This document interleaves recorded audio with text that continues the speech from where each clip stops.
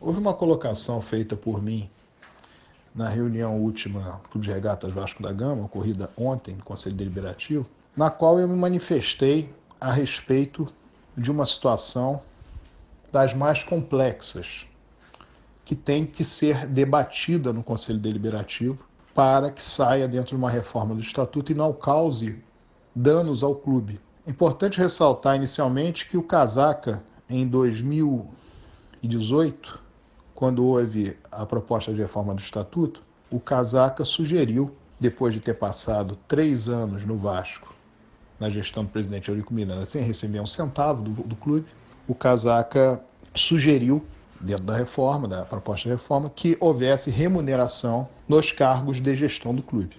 É óbvio que o Casaca não fez a proposta em 2018, considerando que essas pessoas não fossem votar na reunião do Conselho Deliberativo, uma vez estando como partícipes da gestão do clube.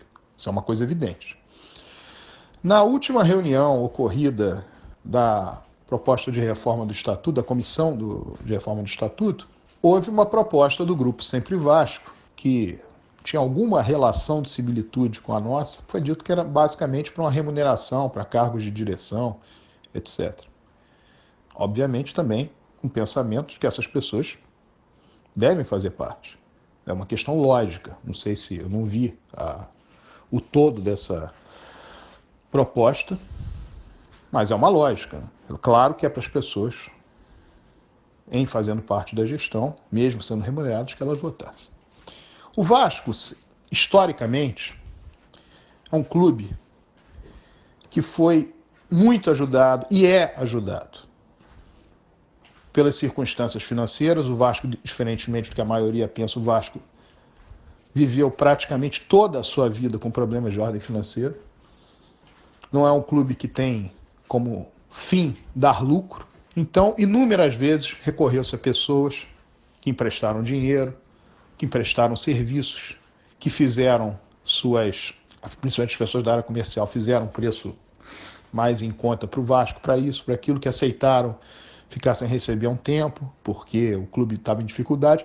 O Vasco ele foi construído dessa maneira, dessa forma. E um exemplo clássico disso é o seu Rui Proença, porque o seu Rui Proença se doou ao Vasco a vida inteira. E eu posso falar, porque eu conheço o seu Rui Proença desde que eu tenho 7 anos de idade. Amigo do meu pai, que foi benemérito do Vasco como ele grande benemérito, meu pai morreu como grande benemérito, sem ganhar um centavo do Vasco. Mas, em determinada situação, e essa é a exposição, é a síntese do que tem que ser entendido da exposição, que o seu Rui Proença, em determinado momento, vamos dizer que o Vasco precisasse de alguma coisa que fosse interessante para o Vasco, e ele não tivesse condição, o Vasco precisa muito, mas eu não tenho condição de dar, então vou fazer aqui um preço irrisório. Dentro de uma filosofia de Vasco que nós conhecemos a filosofia de Vasco que eu aprendi dentro do Vasco, isso era uma questão que nem iria para qualquer discussão, se eventualmente acontecesse. Nesse Vasco de hoje, onde politicagem barata fica acima da institucionalidade, era possível. Ah, peraí, o senhor é vinculado a quem? Ah, eu sou vinculado a esse cara. Ah, não, então nós vamos fazer aqui uma pente fino, vamos ver se isso aqui é doação mesmo, isso aqui é preço de custo, vamos ver qual é o custo, quero nota fiscal. Você constrangeria as pessoas dentro de uma lógica de politicagem. Isso você faz uma vez, você faz 2, você faz 3. E eu vou dar um exemplo aqui de como o Vasco mudou. O Vasco, em 1999, o presidente Eurico Miranda, na época, era vice-presidente, segundo vice-presidente do clube, vice-presidente de futebol. Ele fez uma defesa do atleta Edmundo, na época atleta do Vasco, em relação a uma decisão dos desembargadores. E ele colocou: os desembargadores tiveram 15 minutos de fama. Houve um processo, o Conselho Deliberativo do Vasco, ele aprovou que o Conselho Deliberativo, que o Vasco ia suportar aquilo, porque o Eurico Miranda estava trabalhando naquela função, estava se colocando em defesa do Vasco, no caso em defesa do Edmundo, que era um patrimônio do Vasco.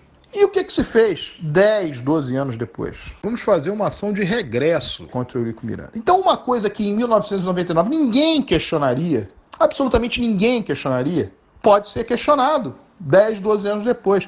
Então, quando você abre essa hipótese, no caso, quando você fecha a possibilidade das pessoas virem a ajudar o Vasco, seja fazendo um preço menor, seja fazendo um serviço por um preço menor, seja aceitando que se faça em parcelas, seja, enfim, você traz um afastamento dessas pessoas do Vasco, inclusive de membros natos do Conselho Deliberativo do clube, que podem estar ajudando o clube, por uma premissa de que, mas também pode estar se beneficiando. E a segunda premissa, porque o voto dele já está determinado. Então nós já estamos tatuando nas pessoas que prestam serviços ao Vasco que os votos delas estão já pré-determinados, que elas não mudarão de jeito nenhum, votarão qualquer coisa a favor de quem, no caso da administração, porque está prestando serviço. Não é assim. Essas pessoas, elas também são cobradas pela opinião pública se elas se mostram de uma determinada maneira que não se adequa àquilo que é o correto. O que nós não podemos partir é dessa premissa. É uma questão dentro do Conselho Deliberativo que tem que ser tratada com a devida seriedade. Não que não tenha havido seriedade por parte de quem propôs a norma, mas a seriedade no sentido do debate, para que nós debatamos e consigamos que saia uma norma no Conselho Deliberativo que essa remuneração ela tenha uma limitação disso, uma limitação daquilo, que se discuta, que se debata isso mais amplamente, e não que se fique em coisas menores. E dentro dessa lógica, é muito importante que as pessoas tenham institucionalidade para tratar a questão.